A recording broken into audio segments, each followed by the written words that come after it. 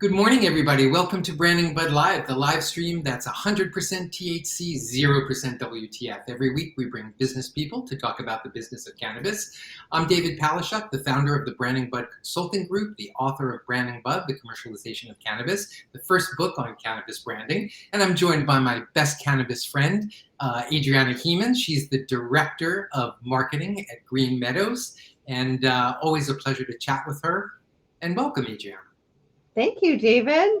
Your intro was so smooth today. It was basically absolutely perfect, except you said good morning, and it's afternoon for me here in Massachusetts. You are so right. Well, I guess I'm on the West Coast. So good afternoon, Adriana. Thank you. Yeah, I'm here in Southbridge in this beautiful hotel room. I really wanted to do the broadcast from either the cultivation room of Green Meadows or from the retail floor, so there'd be like some activity, but it was just a little bit too noisy, so I decided to dip out for a quick second to hang out with my LinkedIn friends and my BCF, David Paleschuck. Well, thank you for doing so. I am super excited. We've got a really great show today. I feel like Ed Sullivan when I say that. We got a really great show. Myself when I say that. But some of the topics we're going to be covering today with Amy Deneson. She's the co-founder of the Cannabis Media Council. And we're going to be talking about why the need for the Cannabis Media Council and what are the 7 pillars to a successful cannabis advertising campaign.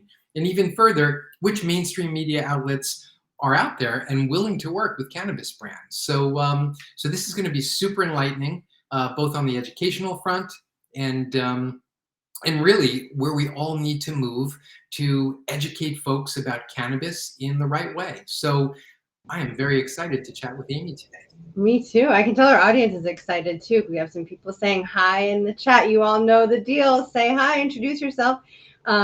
We see Nick in there. Hi, Nick. Hi, Nicole from Chicago.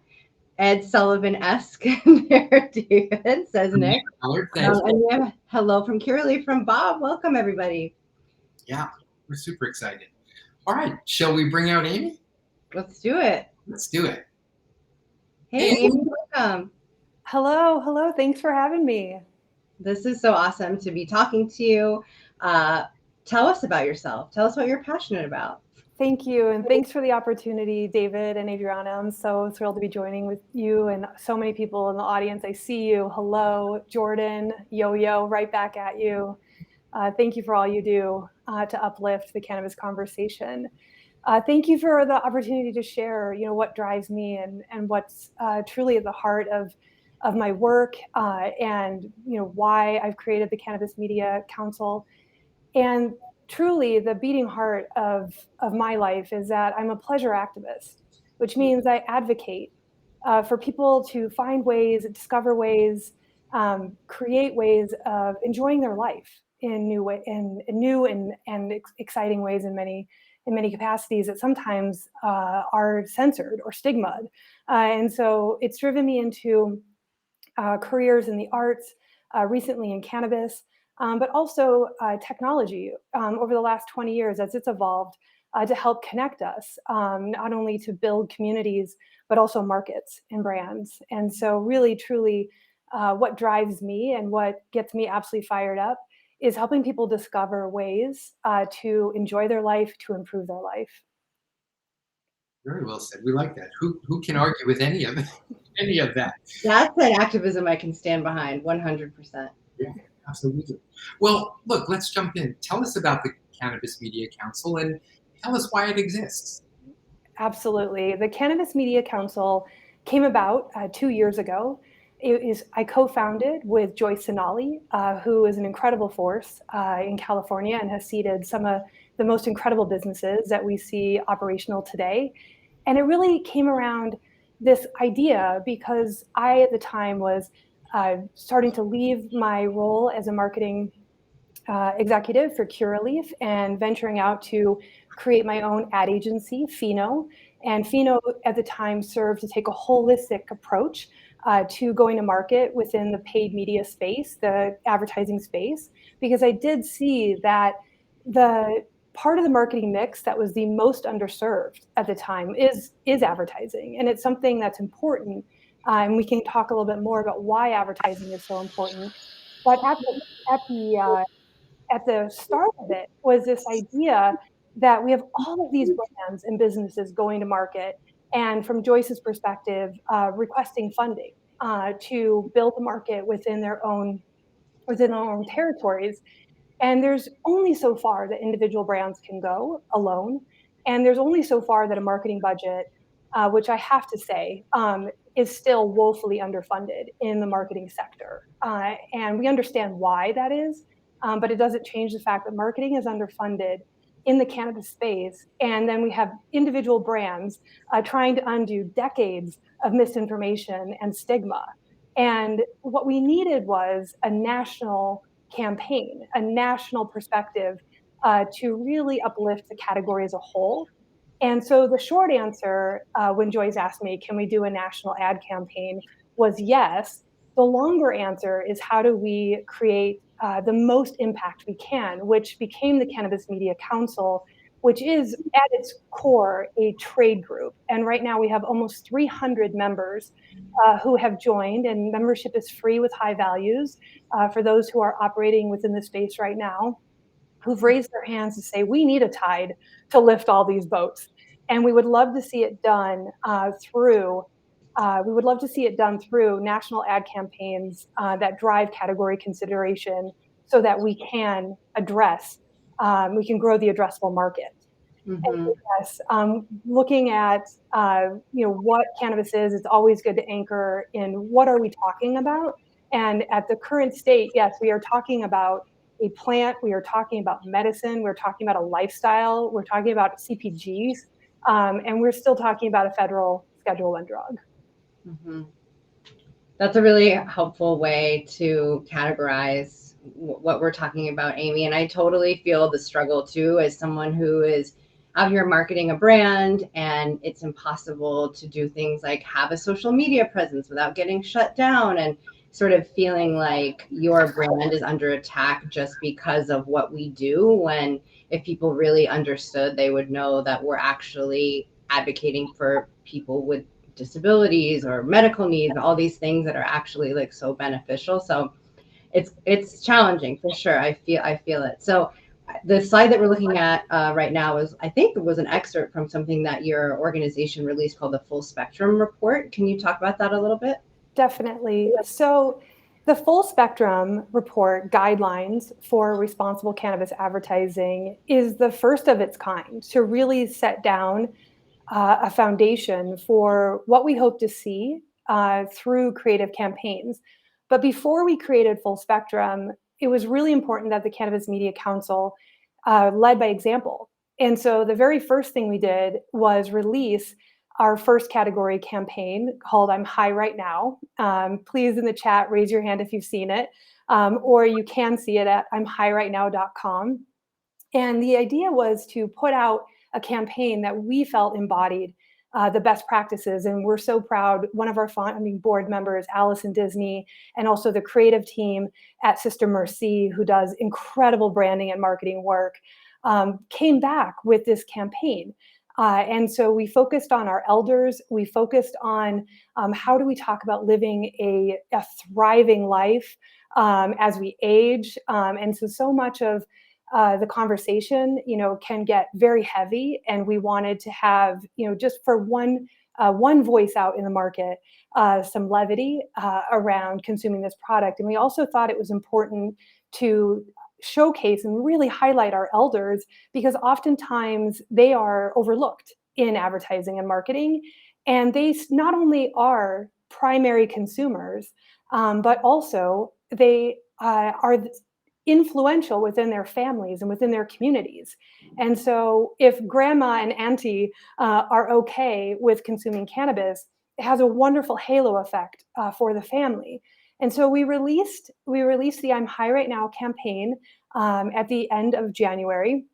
And then we created the Full Spectrum Report to be a resource that not only are we leading by example and showing that it absolutely can be done, but then we were creating a resource that right now that we're providing for free, both for brand advertisers as well as for media outlets and publishers who are considering or want to bring in the cannabis sector for their paid programs and their inventory. I want to call out a comment from Michael, who said, I really like how the campaign starts to create social norms out of the senior who are driving the market, very similar to iPhone. Interesting take on that. Thanks for your comment, Michael. Yeah, interesting. And I think, living by example, showing people how it's done is really, super important. And of course, we both know Allison. Well, we all know Allison Disney, so that's wonderful that she's part of it and able to leverage her skills into as well. I know that in the full spectrum report and across some of the things that you've put out, there are 7 pillars of responsible cannabis advertising. Would you mind just touching upon those? Sure. Thanks for the opportunity to share. And we go in depth for all 7 of these. But for the sake of this conversation, I'll do just a bit of a highlight. Is that the very first one is that advertising serves to help drive access and awareness for legal and compliant businesses. And so how do we help grow the addressable market, but then also lead to the regulated businesses? The second one is that the ad in and of itself entirely, whatever form it takes, is that it meets all regulatory guidelines within the municipalities up to the state level, right? So it's very important that we are very focused in on each of the regulations for where they're at and work with partners who are aware of them. The third pillar is that we play the most responsible attention to not advertising to children. And I think that this has been played out in many different scenarios in many sectors, that it does not serve you to advertise to children. And we're happy to dig into that more. But then also our fourth is that in our medical use states, that we develop advertising, creative, and targeting that showcases patients with dignity and is also HIPAA compliant and really speaks to this as a medicine. But then in states that are welcoming to adult use consumption, that they also represent the diverse cultures, experiences that have for generations and now continue to create culture in connection to this plant. And so really to showcase that, represent it, and be the ad that you want to see in the world in that way. The sixth is that we use the absolute best practices in creative and communications, in language, to elevate this industry. That while we do have advertising to serve individual business aims and goals, right now, as we move from a movement into an industry, each brand is responsible for collective growth, and to keep an eye on that we're all being individually watched, but we're reflecting on the whole. And so how do we use the absolute best practices to be the most creative, the most compliant, the most engaging that we can be? And then lastly, the seventh pillar is that advertising be green. And we mean that in the most comprehensive sense, that not only within regulatory environments are we doing this to be the most environmentally conscious, really looking at sustainability in our practices for how we advertise, what type of channels, what kind of media we use, but then also green as in it drives money ROI, and so that we can keep these businesses growing. And so the 7 pillars really do serve as recommendations to help inspire and to help set some good guidelines, not only for brands that are entering into a paid media investment, then also publishers who are considering welcoming the cannabis sector to their media, but then also for our regulatory bodies that are setting rules and regulations around this, that there may be a reference point for them to consider how they might write some laws as to best serve these businesses that they're welcoming to participate in the market. The thing that strikes me, and Adriana and I talk about this weekly, is really the cannabis crossover, right? Is that there are best practices out in the world that we, the people in the industry, should be leveraging. And yet the cannabis industry, a bubble unto itself, always seems to want to develop its own products or services or best practices. And I think this is such a clear example of how we need to look outward as the industry and look at the best practices across multi-dimensions and leverage those best practices. So one, we're not reinventing new things, but rather leveraging things that are already accepted, in the real world, that we can then up the game and better ourselves and take care of ourselves. I think you make a great point that it's not only the individual brands, but it's the collective community as a whole that's going to really make something for ourselves. It's really important. Yeah, I totally agree with you, David. And I think that some of the, I guess, feelings about being sort of on the outskirts and having to reinvent things come from that question of having to maintain compliance. I mean, we know that like the liquor industry and the tobacco industry, they're heavily regulated also. But there is something unique about being like on the front lines, brand new industry, heavily regulated, having to jump through all these hoops, having a state by state system. So I'm wondering, maybe, Amy, if you can talk a little bit about that. Like, how does your organization help people bridge the gap between like following the rules and being completely creative and thinking outside the box? Right on. It is true. Cannabis attracts, I think, entrepreneurial and also, a real, it has an independent spirit. But then also, we've been relegated to having to create our own systems and structures because we're being highly censored by, you name it. I don't have to go into it for the people. I see so many people in the chat who have joined us today that are experiencing this pain. That, I mean, payment processors, banking, all of it, right? System. Just like it ad nauseum, like how much exists in the world that doesn't work with the cannabis sector. And so in ways, we've also been forced to have to build our own programs and our own infrastructure in order to stand up business. And so I do think that where we can bridge, it's wise to do so. Where we can, use businesses that are starting to either welcome the sector or look for ways to help start moving their legal teams or their product teams into integrating the sector.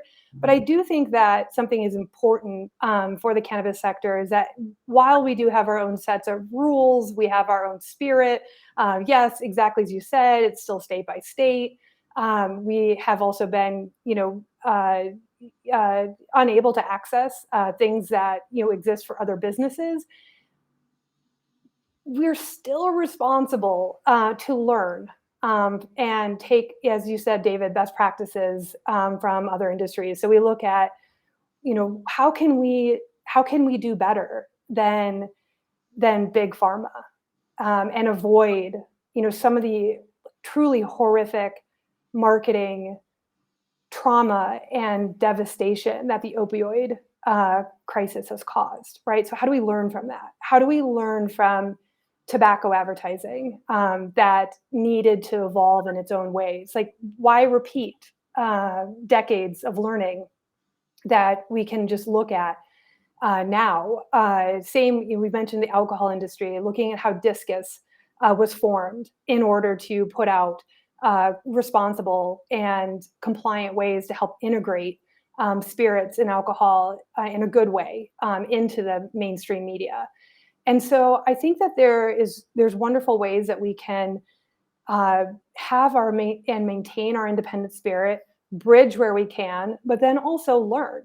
And so we don't repeat some of the same mistakes, either in our enthusiasm or just in having blind spots from not learning from other industries and sectors. One of our founding board members, Rachel Boykins, who is absolutely foundational in creating the full spectrum guidelines. She's a marketing executive in cannabis, but also comes from alcohol and spirits, and also some of the quick service restaurants that are also, very, very cognizant of how they communicate to children, was part of building this. And she's calling this report like low key. This is our guidelines for responsible cannabis advertising / adulting. So this is us adulting as marketers and advertising. That's awesome. Yeah. So what are some mainstream outlets that are willing to work with cannabis? That's always the question, right? Like, where can we go to showcase our creativity and our awesome products? Yes, it's a great question. And I do spend, I would say, a big part of my day communicating that you can advertise with mainstream media partners, and you don't have to try to do lots of workarounds with advertising partners that don't accept the category yet. I do think it's something that's really important, that we're expending a lot of energy and subjecting ourselves to a lot of risk if we're advertising on platforms that have explicitly said they're close to this sector. So I think the first thing is to take a breather. I understand that people want to be, on properties that don't yet exist. I understand why, as coming from traditional media and advertising, that they can be very effective. But there are so many media partners, not only within the cannabis space. And so I absolutely don't want to sleep on saying the incredible cannabis publishers that have existed and continue to create incredible content for cannabis consumers, that they need our support. They welcome our advertising dollars. They can be beautifully effective within markets that they serve of reaching cannabis consumers. In terms of mainstream, there are a number of mainstream publishers that are open to the cannabis sector that are included in Full Spectrum, and they're included not only in the stellar examples that the Cannabis Media Council Leadership Board has put forward as some of their favorites, whether that's Outfront as an out of home. There's also, there's also the Edibles magazine, which I think is a fantastic magazine and publication that really connects with farm to table communities. Our lead media partner, Hearst, is the largest media company that accepts cannabis advertising. And they partnered with us for not only the launch of the Cannabis Media Council, but also because they have their own history that they would like to atone for, and they acknowledge it, but then also want to move forward with and really being on the right side of history, not only in the messages that they put out, but also in the business opportunity that they, of course, see. And so take a look at the Full Spectrum report to see many, many examples of mainstream advertisers that accept. But also, I really love the work that the Clio Awards are putting out and showing, absolutely best class of creative, and then also the media publishers where they're showing up. And so whether it's the Full Spectrum report or really keeping close tabs on the Cannabis Clio Awards and the people that they are spotlighting in their Muse newsletter is a wonderful source for creativity, compliance, and also publishers that are welcoming the sector. That's awesome. That sounds like a really good resource. I've looked through the Full Spectrum report, and I'm definitely going to keep that list of preferred vendors handy for future planning. So Amy, if you'll humor us for a little bit, we like to do this on every episode and bring the audience in and help them share some stats in a fun, interactive way. So we're going to throw up on the screen our stat of the week. There's a couple of them. The first one is from our friends at Brightfield, who have reams and reams of utterly fascinating data about what consumers are looking for, how they discover products. And they've been on my mind a lot ever since your comment a minute ago about how people who are seniors are very influential in their circle. And this is something that I pulled out of Brightfield previously, is that people who are 55 plus tend to rely really heavily on recommendations from their friends. So it's almost like a little ecosystem of micro influencers. And just wanted to mention that because your comment reminded me of it. But anyway, back to CannaQuiz. Consumer demand for which desired effect increased the most from Q1 2020 to Q1 2023? A, connectedness, B, emotional relief, C, creativity, or D, energy. And I should mention these are just 4 of many desired effects. I think they have 30 plus. They survey 5,000 consumers, sometimes more every quarter. So it's always fresh data coming in, and it's cool to like compare from where we were 3 years ago to where we are now. We know that it's been such a dramatic change in the way consumers are thinking about cannabis and the way they're seeking out desired effects. So yeah, take your guess. 4 options. And Nick guessed A, connectedness. Right.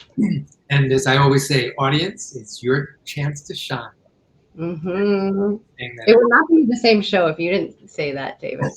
I don't have a tattoo, but maybe I should get a tattoo that says audience, it's your chance to shine. I can see it with a big star and a moon. It'd be awesome. Perhaps. I'll give that. I thought we had a consensus, but then I see a vote for option B.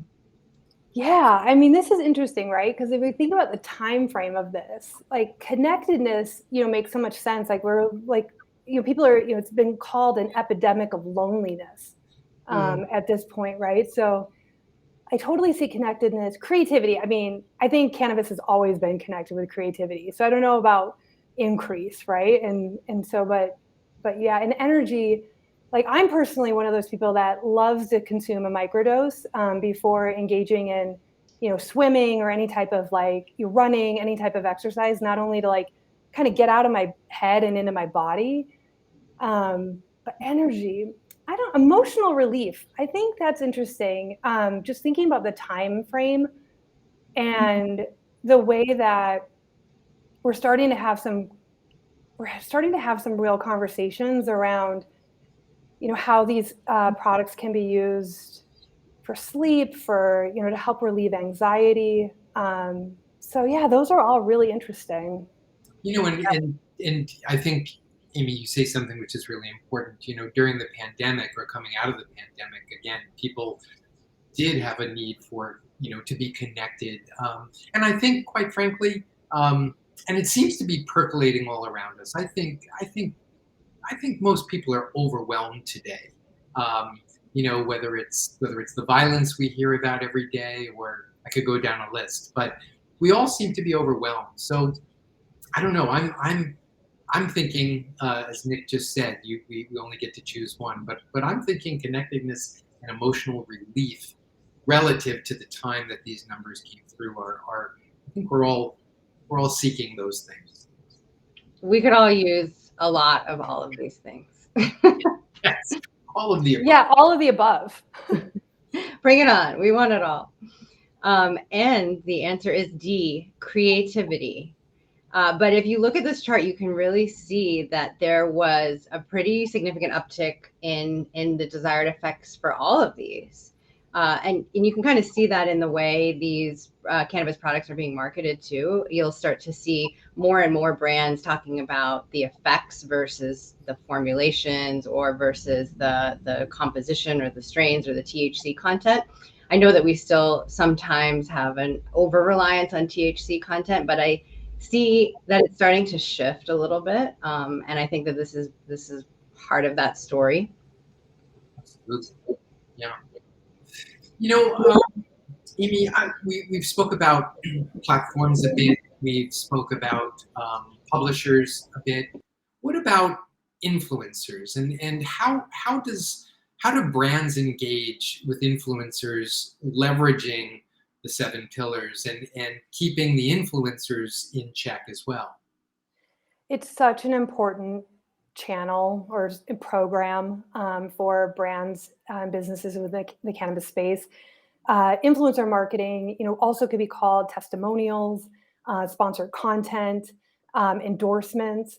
And we've seen that so much of the cannabis industry, as we transition from movement to industry, is still being driven by word of mouth. It's by one person saying to another person, this helped me, like, let go of the stigma, let go of everything you think you know about this plant, and just try it. And I do think that word of mouth, or that individual recommendation from trusted sources, is really, really important for cannabis brands. And also, Adriana, to your earlier point, that it's difficult to be on social media and it's difficult to do this. But there are guidelines that we need to learn from the FTC and from other brands that we need to engage with as cannabis advertisers when we do pay for influencer, pay for these testimonials. And so first and foremost, the reason why we do this, beyond that it's a very effective way to communicate value of products or brands and associate yourself, within circles, is that influencer marketing and advertising, just like all paid activations, is to reach people that don't know that they don't know that they don't know you yet. It's a growth strategy. And so when you're engaging with influencers, what you're hoping to do is connect into their community and into their networks to drive awareness and engagement with your brand, your products, and your properties. And the reason why you do this is one, that it is a proven effective strategy for driving awareness and affinities for your brands.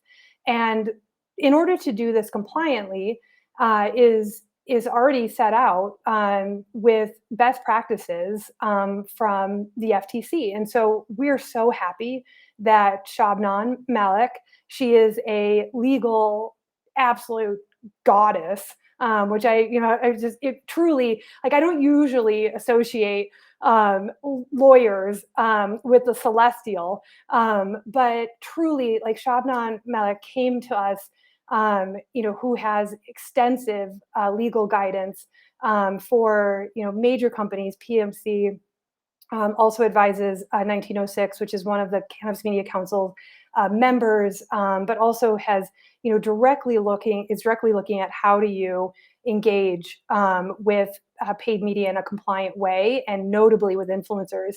And absolute, just gem of a treasure trove, provided a sample contract for advertisers who download this report. There's a link within it that you can access, that it's a template for ways that brands can think about not only engaging contractually with an influencer, or with a say this incredible group has a newsletter that they send out, and you can sponsor content in that newsletter. How do you do so that you set out solid expectations for what that influencer is going to say?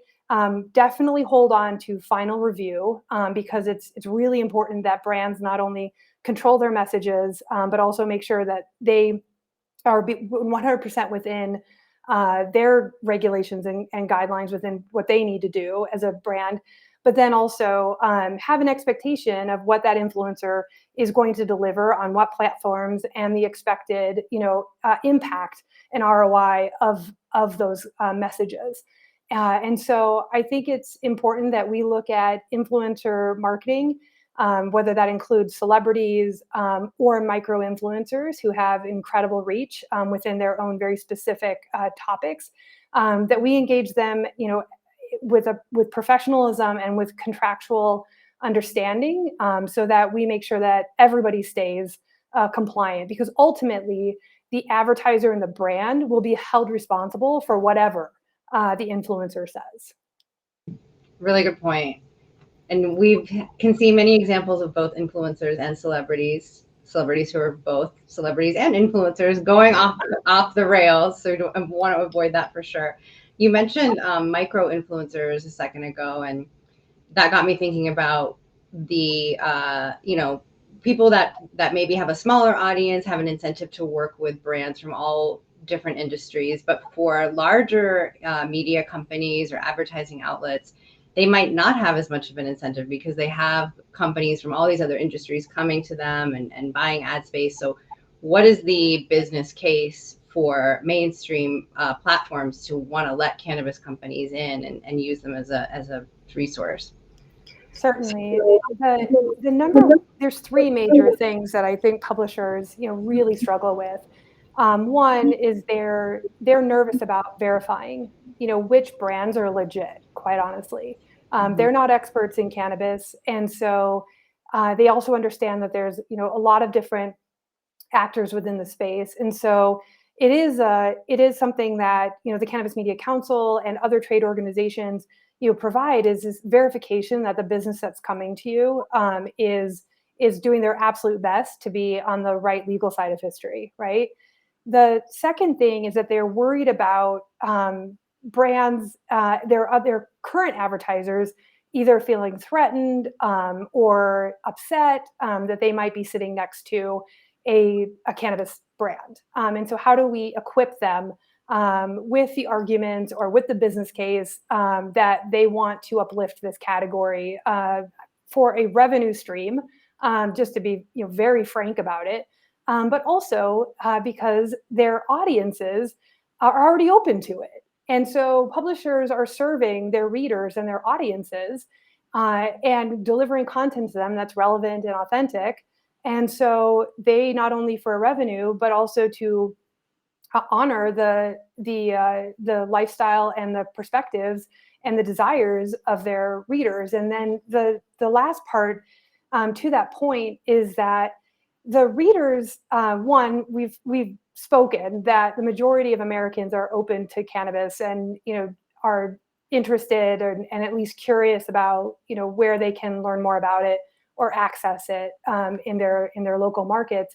Is that most of these publishers that are considering taking on cannabis as advertisers are already covering it in editorial. They're already writing about it. And so their audience already expects this from them. And so why not make money? Why not help support their editorial efforts through the business side of advertising since their audience is already open to it? Yeah, it totally makes sense. And along those lines, just to call out something too, Michael asked, are there any industry efforts or trends around information design standards and inclusion? I would say, honestly, the Full Spectrum report is probably the best place to start, Michael, just to throw that out there. I think there's some interesting things in there, and I think it's the beginning of what we need to see more of. So just to throw that out there. As always, we do 2 audience participations, so we're going to jump into our second one as we're moving through the show. We spoke about platforms, we spoke about publishers. So let's talk about now quickly through our Canna quiz, where are cannabis consumers more likely to find information? So here we go. Cannabis consumers are most likely to follow which media source on Twitter and Instagram? Is it A, National Geographic, B, CNN, C, the New York Times, or D, the BBC, British Broadcasting? I'm going to add in follow on Threads because, I just signed up for Threads today. So I'm fascinated to see that adoption. This is interesting and really thinking about cannabis consumers and following whether it's, all of these publications have a global perspective, but the difference, that's interesting. It's an interesting group. I should mention too that this is not from survey data, but it is also from our friends at Brightfield. They actually do social media tracking on some of the people who participate in their research studies. So they have access not only to their behaviors on social media, but also the sentiment of things that they're posting and sharing. So that's really helpful too, because you get sort of a slice of their psychological reality through this cannabis research. So it really does paint a broad picture of what these types of consumers are experiencing and doing online. I love that C is coming through in the chat. I am usually in New York City. Right now I'm traveling in Mexico City. But I love the New York Times. I love seeing that come through strong. And also the new beat reporter. Oh, I'm blanking on her name. Can anyone help me? At the New York Times, I love that they've hired a specific editorial. There's been so much work also to help educate reporters on this topic, notably at the New York Times. Ooh, I wish I knew so I could throw it out there and look smart. I know, PR professionals in the audience. That's right. Well, it's interesting. Yeah, I think it's interesting, with New York coming online, and the New York Times being what it is. But it seems to be that, certainly no one's talking about the BBC here, or perhaps maybe even National Geographic. But why don't we jump to the answer? The answer is, here we go, CNN. Yeah. Cannabis consumers are twice as likely to follow CNN on social media compared to non-cannabis consumers. That's interesting. I would not have guessed that. But that comes from, again, our great friends over at Brightfield, who help us with all sorts of data and information on a weekly basis. So CNN it is. That's awesome. And Michael, thank you. Yes, Ashley Southall at the New York Times and Michael Kaufman, Clio Awards. Yes, thank you for your leadership and also coming in clutch here. Appreciate you. This is perfect. We were just talking about the Clio Awards earlier. And I was going to throw out a shout out to Michael. So I'm glad he's with us today. Thanks for joining us. And just quickly on that note, that was an important moment too at the Clio Awards when the Cannabis Media Council came out, not only as an introduction, but also came out with Hearst, and that said a lot about what you were doing, and a lot about their sentiments too. So that's really important. So before we say goodbye, Amy, can you let people know where they can find a copy of Full Spectrum? Thank you for that. Yes, please take a look at cannabismediacouncil.com. Not only are we under the guidelines section there, it is free for now, but also worth noting that we are a trade council. We're in the process of applying for a federal 501c3, but for right now, we are set up as a nonprofit on the state level, and through a fiscal sponsor, we are able to take in tax-deductible donations. And so if this guide serves you and is of value to you, we would be so grateful if you would also consider making a tax-deductible donation to the council. There's very little that's tax-deductible in cannabis, but we are. And the entire council is donating their time. So all three of the co-founders, all of our founding board, all of our advisors are donating their expertise. And so we deeply appreciate you not only learning from this incredibly valuable resource that we've put out, but if you can support our efforts, 100% of your donations go to building additional creative for the campaign I'm High Right Now, as well as deploying it on media. Perfect. Amy, thank you so much. Not only for everything you do, right? For everything you do in the cannabis space. I think what you're heading up and what you've co-founded is required. It's important, and I urge all of our listeners to check out the Full Spectrum report and leverage those recommendations into their own brands' advertisements. It's really important for us all. Right on. The appreciation is so mutual, and also in response of where are good best practices happening. I mean, right here, David and Adriana in branding Bud, and really looking at how do we design, how do we create, how do we talk about the industry that we want to see. And so right here is a resource and a shining example of one. And so thank you for all that you do, and also thank you for amplifying all of the Cannabis Media Council's goals and our campaigns and our resources. It's our pleasure. Thank you. And enjoy the rest of your time in Mexico City. I guess we'll say buenos dias. Buenos dias. Hasta luego. That too. Thank you. Well, Adriana, I always call this the fastest 45 minutes of my week. Yep. And it's always a pleasure to be here with you and all of our listeners and our guests. We will be off next week because this guy is actually taking a vacation in New York City, and I can't wait to do that. But I never thought I would see the day when you would take an actual vacation, David. I know. I took 2 weeks in Thailand, and all I did was meet with everybody in cannabis in Thailand. So, so this is my real vacation, and I'm taking my son along with me just to keep me in check. Good. But that said, we will be back Thursday, July 20th, and we'll be chatting with Bob Patton, who's the founder of Green Meadows, which is a vertically integrated Massachusetts cannabis company, and we'll be chatting about veterans, cannabis, and trauma. And I'm super excited about that. I ran into Bob earlier today at the Green Meadows office, and he's very excited to join us. So it's going to be a great show. It's going to be Mark your calendars. And for those folks that have missed our previous episodes or want to hear more or listen to it again, you can always find us on the major podcast platforms, as you can see, Amazon Music, Spotify, Apple, Google, Castbox, and a whole bunch of others. So we will certainly promote our next show as we come out of next week. We hope you'll join us then. And as always, don't forget cannabis's best kept secret at brandingbud.com. Thank you, everybody, and have a great week. See you next time. Bye-bye. Bye.